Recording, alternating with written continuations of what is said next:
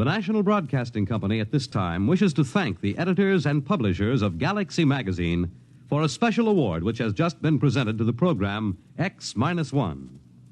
The award cites X-1 for the outstanding adaptation and the original method of presentation of adult science fiction stories to the vast audience that has shown increasing interest in this newest form of journalism. The NBC Radio Network is proud to receive this citation on behalf of X-1. NBC is also happy to acknowledge the enthusiastic response and support of the listening audience to this program. Your many letters of encouragement and constructive criticism are always gratefully received. Your criticisms carefully noted, and whenever possible, your suggestions acted upon. Please listen at the end of this program for a special free offer. And now, X-1.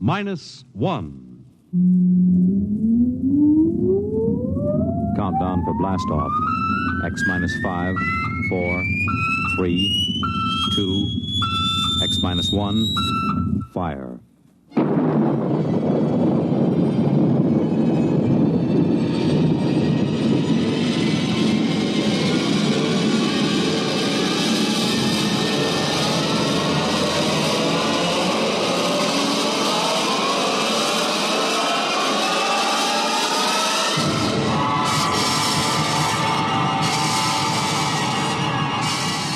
From the far horizons of the unknown come transcribed tales of new dimensions in time and space. These are stories of the future, adventures in which you'll live in a million, could be years, on 1,000 maybe worlds. The National Broadcasting Company presents X-1.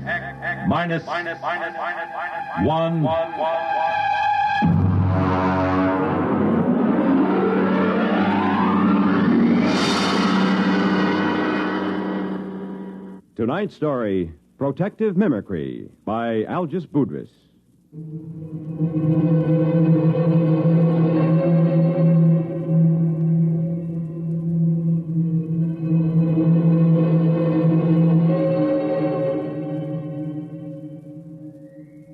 Frankly, I think I'll probably have to take my expense account clear up to the Central Gallic Civil Service Board.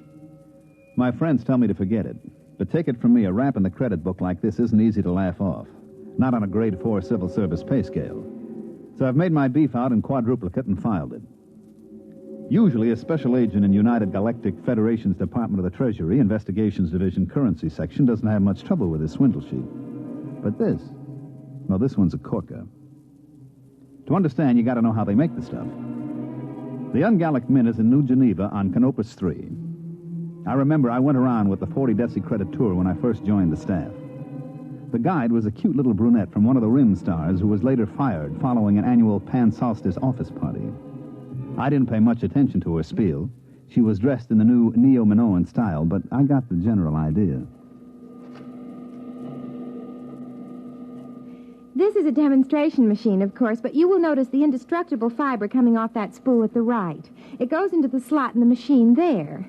Now, if you'll pass along, you see it goes between those two rollers through 6 or 7 chemical baths. No, I'm not sure what chemicals.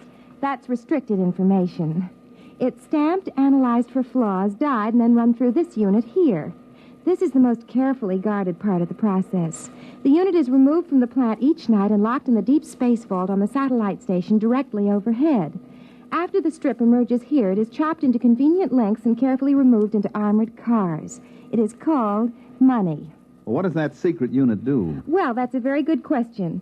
You see, the currency is non-defaceable, fireproof, immune to wear, weather, and water. But the most important thing is an electronic pattern impressed into the fiber by that secret pattern. You all know when you cash a bill, it is passed over an electronic plate that reads the pattern. If the serial number and the pattern match, well, but if they don't, well, first I'll put an ordinary credit note over the beeper. There. Perfectly good. Now, a simulated counterfeit bill without the electronic pattern. Well, now, that wouldn't fool anybody long, would it? Could anybody duplicate that electronic pattern? Well, that's a very good question. Only the government has the equipment to put that in. Your currency is safe and sound. Don't you worry about that. Are there any more questions? Yeah. How about a drink after the tour? Well, Oh, that's a very good question.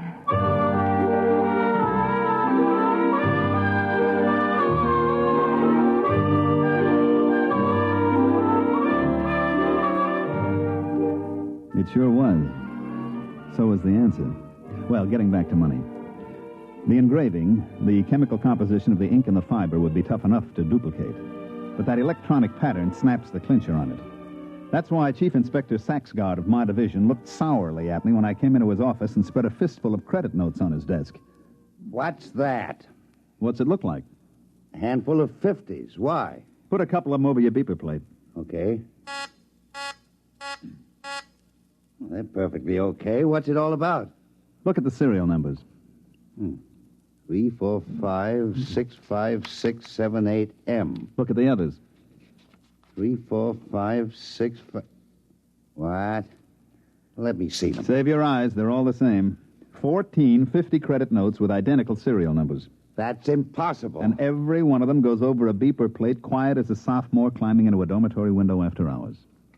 Baumholzer, where did you get these? They came into the New York Clearinghouse from a branch on Deneb 11. The manager blew his top. He called us the minute he spotted them and sent them out to us. How about the manager? Is he blabbing all over the Bankers Club about it? I read the Un-Gallic Riot Act to him. He'll keep it under his hat. Good. At least we won't have any financial panics for a while. Have you checked these through the lab? Well, the ink and paper is government stock, and they match government beepers. The lab plates didn't squawk any more than yours did. Now, you could spend these anywhere as long as you only pass them one at a time. Baumholzer, you know, since the beeper plate came in, we've been sitting on our tails in this department, building up our pensions. Oh, I wouldn't say that. Neither would I outside this office. But you know darn well nobody can expect to counterfeit a bill and get away with it. It's only because throughout the universe there's a certain percentage of people who will try anything once, and a corresponding percentage of purblind idiots who will accept anything with engraving on it as money that we're here at all. Now, I've seen cigar coupons and crayon sketches come into this office. I've seen premium offers from household magazines, jet bus transfers. Why, some people would try to pick a Yale lock with a quarter pound of butter. Now, the only reason any queer can pass is because some goggle-eyed nudnik neglects to use his beeper plate. But I worry. For 15 years, I've sat in this stinking office and waited for somebody to invent a matter duplicator. Well, looks like you can stop worrying. Look at those bills, identical down to the whiskey stain in the corner. All right, Baumholzer, you call transportation and get out to Deneb 11 and find out if anybody in that neighborhood has a matter duplicator, or if he hasn't, what he has got.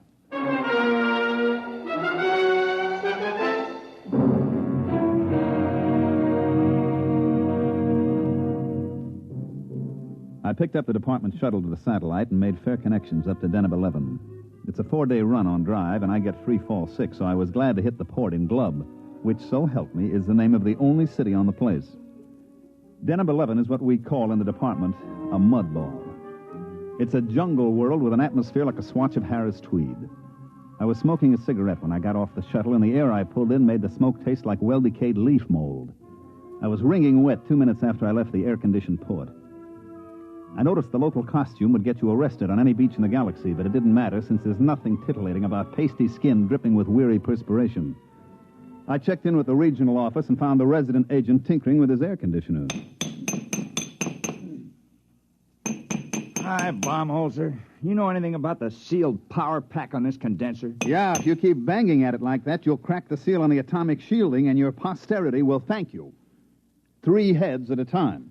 Oh, I guess I better not fool with it. Now, take off your pants and pull up a chair. I don't mind if I do. Is it always this humid? Oh, no. In the hot season, it's worse. I'd send for a replacement part, but the fax line isn't too reliable. The last time I sent for a sealed unit, they shipped back an overaged sea lion. Yeah, I know. I was on Polar Station on Ganymede when my heater element broke down. I faxed for 3 feet of element, and they shipped me back 3 fetal elephants. Yeah. Well, I suppose you're here about the queer bills, huh? Yeah. Got any lines on it? Well, my orders will lay off and let the central office handle it. Be my guest. Any ideas? No. Where do you figure to start? Well, this is the only city. I'll have to check it out. Have you got a list of authorized beeper plates? Somewhere. Let's see here. Oh, look out. Why? There's a whittle fly on your arm. Hey, how does a thing that size get through the filters? Insects on Deneb are tricky. This one is a non-filterable virus in the larval stage, then it blows up to this size. Carve his initials in your arm if he gets a good bite. That's why he's called a whittle fly.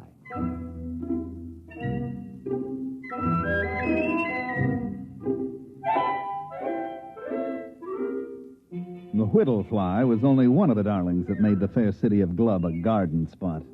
They had one cute little tyke called the laboratory beetle, because when he bit you, he typed your blood and followed you around for days getting refills. I had one take a sample of me as I went out the door of the residency with a list of beeper plates, and he followed me from store to store while I checked every installation in the city. The little devil would step up to the bar every once and again to take another shot of my hemoglobin. I even tried ducking into men's rooms fast, but he'd be waiting for me when I came out. Well, I slogged through Glub for 3 days and then poured myself back into the residence office. Did he come in? Who? The laboratory beetle. No, they usually hang around in the hall and wait. Sometimes when I've got a poker game going, you can see 3 or 4 of the little angels buzzing around outside waiting like chauffeurs outside the opera. Wow. They draw a blank? Well, I found 7 defective beeper plates, but nobody remembers any queer bills being passed. You know, who checks serial numbers? They must have come in one at a time. And the clerks at the bank always were out to lunch and referred me to the next guy. You got any lotion for insect bites? Desk drawer. In a way, the beeper plates make it tougher. Nobody even looks at the bills anymore. Just throw them over the plate, and if no bells ring, it's okay. Well, how about the other angle? Matter duplicator? I checked invoices and purchase records. Nobody's been buying electronic parts that can't account for every tube. I thought I had something. One fellow bought 12 of those giant lithium cathode tubes, but it turned out his wife was having them wired as lamp bases. Well, I better be going. I hate to keep my little insect friend out there in suspense as to cocktail time. You got another lead? Yeah, I found a bar that makes a Tom Collins with real lemon juice instead of battery acid.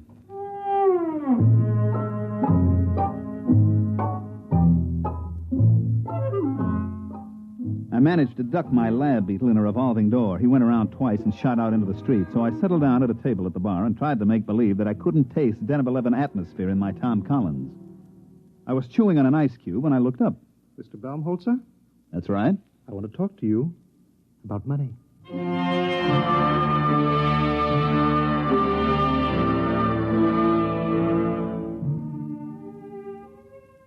He was a terrestrial, but he'd been on Deneb a long time because he was wearing the native garment about the size of a 5-pound sugar sack. His hair, which was potato field gray, was arranged in the old-fashioned Presley style. You know, the ancient long sideburns, duck's tail in the rear that vice presidents wear in family-style banks. His ears had little bits of bone stuck in them, and his eyebrows wandered all over his face, and he stood about 6'8". And I waited him out, and presently he spoke up again. You are the same Mr. Baumholzer who's been going around asking all those questions about duplicate ungallic notes? That's right. Can I help you, Mr. Munger, Duodecimus Munger. Now, this bid's fair to be fascinating. I was under the impression that my mission here was just a wee bit on the secret side. There are no secrets in Glub. Now, won't you pull up a chair, Mr. Munger? I'm afraid I haven't time. Well, join me in a drink. Are you really the Mr. Baumholzer that's working on this case for the Treasury Department? Yeah, sure. Hey, you're not the fellow that's turning out these duplicates, are you? Well, as a matter of fact, I am. What? And don't move. This is a Power 30 Mistral coagulator I have. Look out with that thing. You've got it pointed at my head. Yes, I've got it set on high charge. It will fuse your brain solid.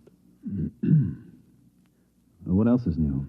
Now, Mr. Baumholzer, stay right behind that table. Now, let's not make any rash decisions now. Well, I can't very well see how I could let you live. Oh, come on. Try.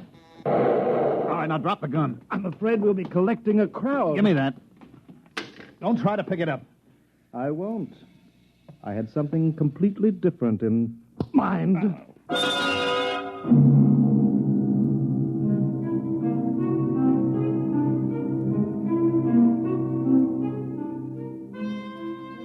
Just like in those ancient legends the archaeologists keep digging up, the ones with the hard-boiled detective and the beautiful blonde, I felt the traditional roof fall in on the back of my head. As I went black, I remember thinking how odd it was that it was happening to me some 500 years after Spillane the Scrivener. I came to in the same archaic fashion with my head going around in a free orbit around my neck. Baumholzer, are you all right? I can't see. I'm blind. Everything's black. Well, open your eyes. Oh. Where is he? Who? The guy who slugged me. What am I doing back at your office? Oh, some bartender brought you in.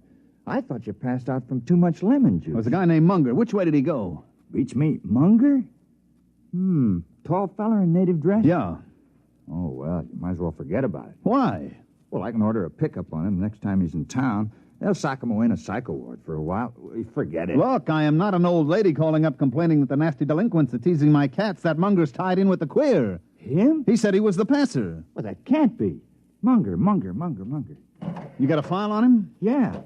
I get a number of complaints on him, so do the local cops. I didn't want to make trouble. He's a very wealthy man. I'll bet. What does he do? Well, he's a merchant or something at a native village.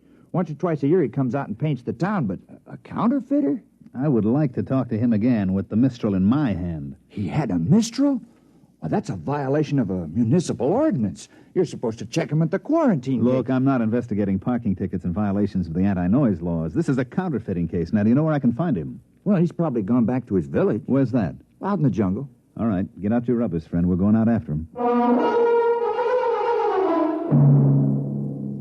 Suppose you fill your bathtub full of mud, build a fire under it, turn on the shower, and crawl in and wallow a little. Do that, and you've got a fair idea of the Denebian jungle. I went out with Hall, the resident agent, and we started off. Stick close, Baumholzer. Visibility is about 10 feet. I'll eat everything I can see within 10 feet. Ow! What happened? I walked into a tree. Help me up out of the mud.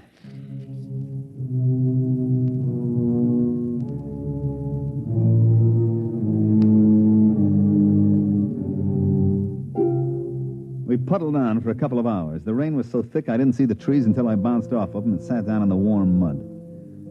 I reflected as I struggled to my feet what a terrible waste. In the beauty salons of Charles of the Ritz Asteroid, ladies from all over the galaxy paid thousands of credits for hot mud baths to take the wrinkles out and make their skin smooth and caressable. And here was I getting a much more thorough treatment every time I sat down. They issue a lot of special equipment from department stores, and it all functioned perfectly. My neo-latex galoshes were fine, but stuck in the mud. My Minipower goggles and wipers kept my eyes clear, but they didn't keep me from crashing into every tree. My leak-proof sportsman's flashlight stayed dry as a bone, but powerful as it was, it couldn't light up more than 3 feet in the pelting rain. Hall, the resident, led the way, consulting a compass and a waterproof map, and finally we stopped, and I noticed that there wasn't any rain coming down on me. It's a rain shelter. The natives build them. Kind of them. Well, they're on all the trails. If you go more than a day in the rain, you go punchy from water drumming on your hat. I believe it. Well, now, don't sit down. You'll sink in. I don't know. Theoretically, a broader base should keep you from sinking, like snowshoes. Well, also increases the suction. I'll stand. How far's Munger's village? Well, either 2 miles or 22. I can't read the map very well. Hey, wait a minute. Listen. Well, that's the rain. No. You hear that squelching? Somebody's coming. Oh, yeah.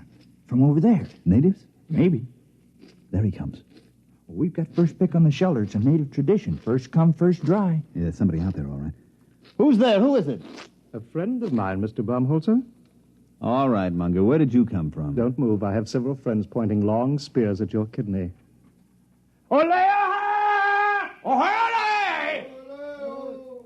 Shall we go, gentlemen, back to my village? I believe you were looking for it.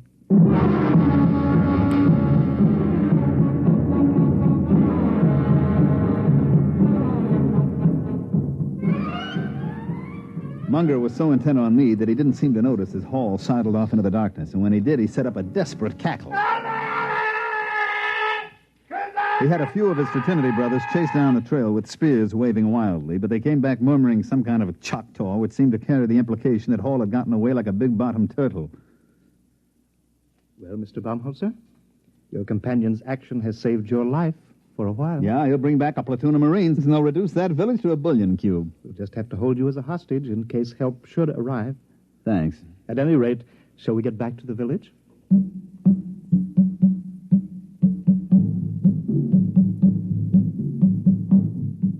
He had about 10 natives with him, each one about 7 foot tall, with those big, flat feet that evolved on Deneb for walking in primordial ooze. They were dressed in the standard native loincloth with matching accessories, namely 10-foot spears. As we started out along the trail, I got a good look at Munger's loincloth. It was composed of tastefully arranged 1,000-credit notes. Well, by the time we got back to the village, the rain had stopped. The humidity, of course, was still 120%, and the only difference was that the moisture just loitered around rather than actually falling. There was some kind of a clam bake going on in the village. The natives were pounding a couple of drums, and as far as I could see, getting rapidly stinko on some kind of jungle juice that they passed around in huge gourds. They were leaping and dancing, and as far as I could tell, doing snappy sayings and fancy patter as I sat on some kind of a low mushroom and tried to ignore the 2 spears that were pressed against my throat. It felt as if a nervous barber was trying to shave me with his razor tied on the end of a 10-foot pole. After a bit, Munger strode up to me with all the dignity of the lord of the jungle, and he waved the spears a foot away, pulled up a mushroom, and sat down. Actually, that wasn't a native rhythm at all. The original Danubian music is a kind of quiet, flute-like melody, something like Mozart. That didn't sound very flute-like. Yes, I know. One of the first terrestrial anthropologists out here to study the Danebs took recordings of their music. And then, to be polite, he played them in a few recordings that he'd made on an earlier field trip. Unfortunately, they were from that lost rocket colony on Ceres. Their music was a degenerate ancient form called, I believe, Roland Rock. The Danebs liked it. And they've been doing it ever since. Well, what's the party? They're propitiating the tree. I don't know why. It's never failed yet. But they're very conservative. They've got to go into this act every night before I can do my stuff. It lasts all night. Want a drink? No, thanks. Oh, I wish I had a fifth of something civilized. I've been drinking this native swamp water for much too long.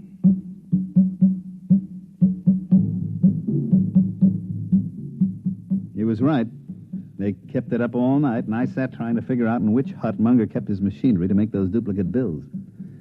Finally, the weak light that passes for dawn on Deneb came up, and the natives quit hollering.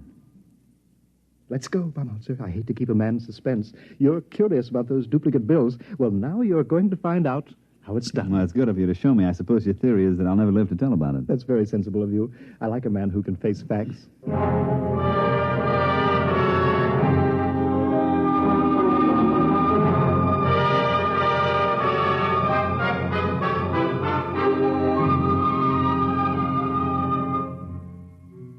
We walked across the mud square to the base of a tremendous tree, which I gathered was the guest of honor for last night's shivaree. I still couldn't see the connection, but I was willing to wait. The natives sat around in a deathly hush, and Munger and I stepped forward. You notice? Nothing up my sleeves. As a matter of fact, no sleeves. And not much arm, either. Now, I take this 50-credit note. Care to examine it? Oh, I've seen it, and 14 others like it. Yes, I only use a 1,000-credit bill when the natives need new loincloths. These 50s are a lot easier to dispose of. Oh, I don't know. I traced them to you. But that was a mistake. One of my contacts got a little greedy, spent too many bills in one place. All right. Now, I used to have the natives make a loud noise, but I'll use your gun instead here.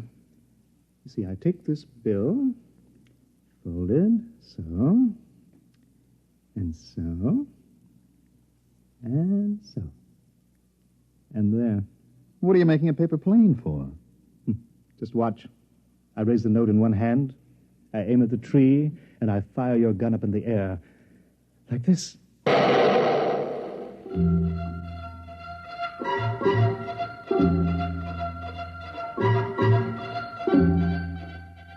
As he let fly with my gun, Munger sailed the paper airplane straight at the tree, and it sailed right into the foliage. Now watch.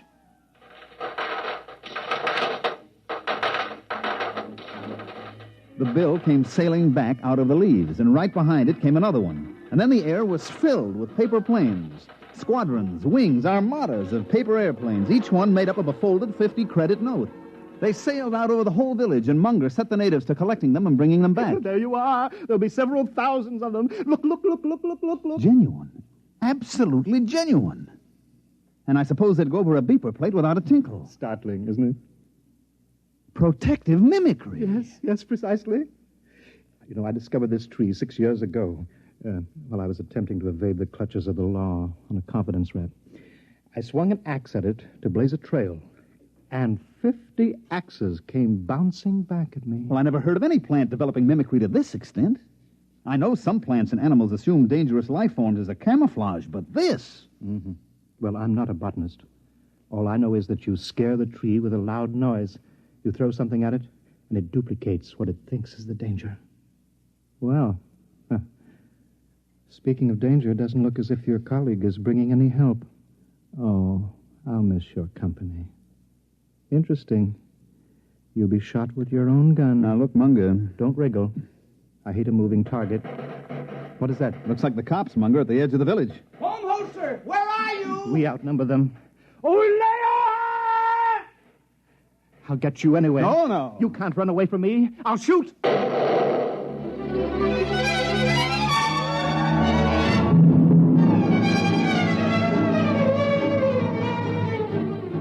I broke for the other side of the square, and just as he shot at me, I tripped over a pot and went flying smack into the tree. Well, that's about it. Here we sit in the spaceport on Deneb 11, and I'm darned if I'll pay our transportation back until I hear that the office is going to okay my expense account. Munger? Oh, he's in jail at New Alcatraz. Once he missed a shot at me, it was all over. After I fell into the tree, he didn't stand a chance against us. That's right. Us. All 168 of me. Right, Ed? Right.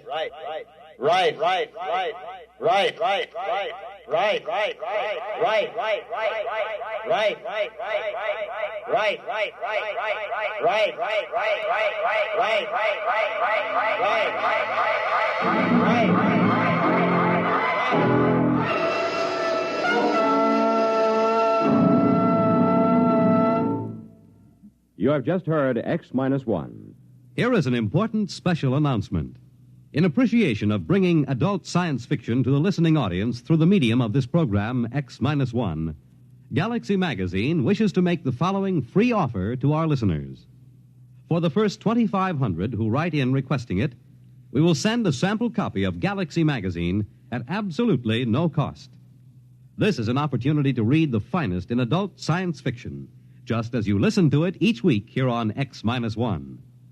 To get your free sample copy of Galaxy, just write a postcard or letter to X-1, NBC, Radio City, New York 20, New York, and ask for your free copy. Be sure to print your name and address plainly on your card or letter.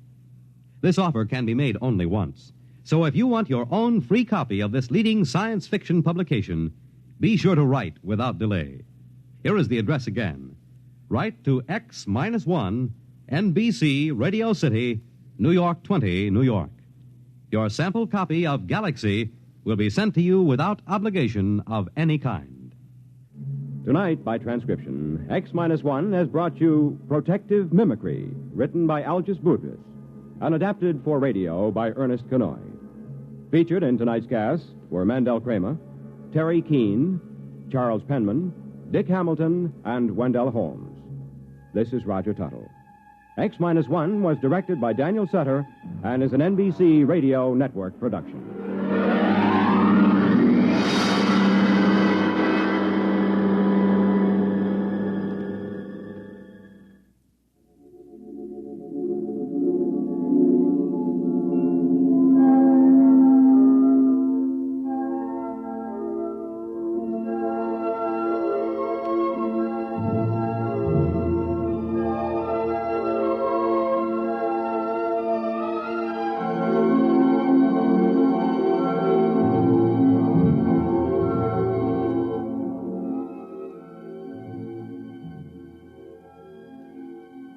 Remember, for your free sample copy of Galaxy, just send a postcard to X-1, NBC, Radio City, New York 20, New York. Now be sure to print your name and address plainly on your card. This offer can be made only once, so if you want your own free copy of this leading science fiction publication, be sure to write without delay.